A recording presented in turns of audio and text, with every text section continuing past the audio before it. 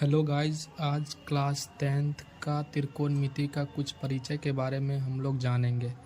जैसा कि जानते हैं कि त्रिकोणमिति के हर एक फॉर्मूला, हर एक क्वेश्चन पाइथागोरस प्रमेय के अनुसार सब कुछ दिया जाता है। जैसा कि हम लोग जानते हैं कि एक समकोण त्रिभुज ABC दिया गया है, जिसमें कि सबसे बड़ी भुजा जो होती है उसको कहते हैं कर्ण, जो उससे छोटी भुजा होती है जैसे ए और बी क्या जो होता है लंब, और नीचे का जो होता है भुजा वो क्या होता है ए बी और सी क्या होता है आधार। और पाइथागोरस थ्योरम क्या कहता है कि किसी किसी समकोण त्रिभुज किसी समकोण त्रिभुज किसी समकोण त्रिभुज किसी समकोण त्रिभुज जिसमें कर्ण का वर्ग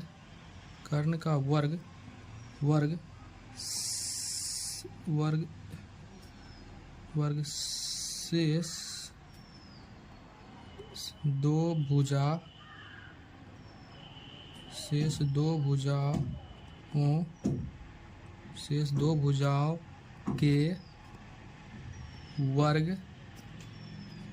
के योग के बराबर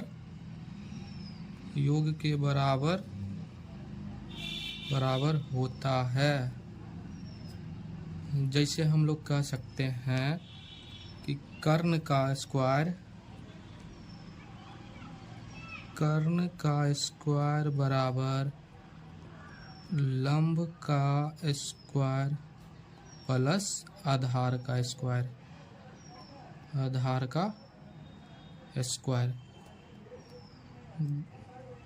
और सभी प्रकार के फॉर्मूला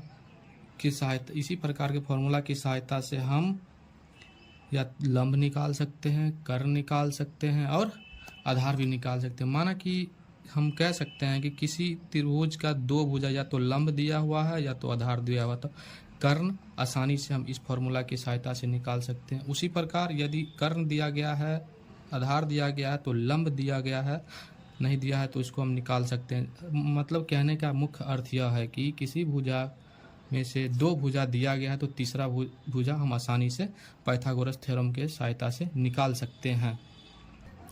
जैसे हम उदाहरण लेते हैं कि माना कि एक समकोण त्रिभुज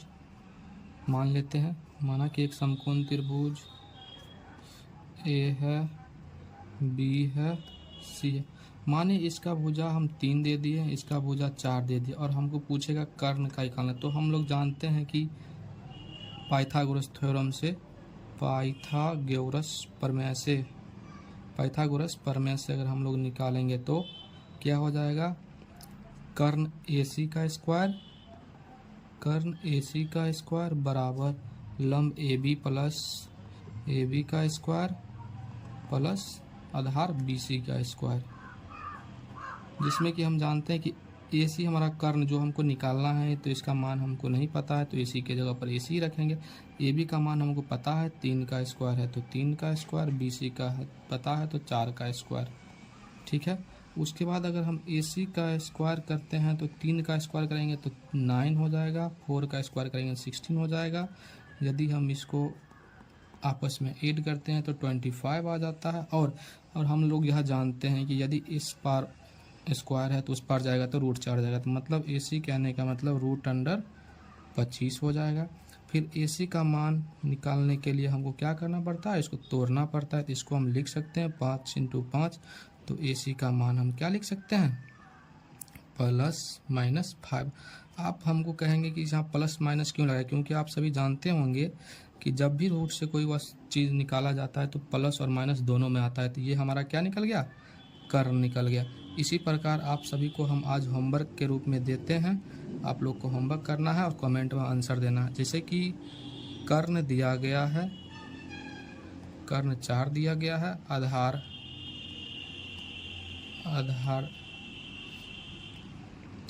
12 दिया गया है, तो लंब ज्ञात करें। तो लंब ज्ञात करें। धन्यवाद। और जो भी व्यक्ति चैनल पे नए आए हैं प्लीज़ सब्सक्राइब करें, कमेंट करें और अपने दोस्तों में शेयर करें।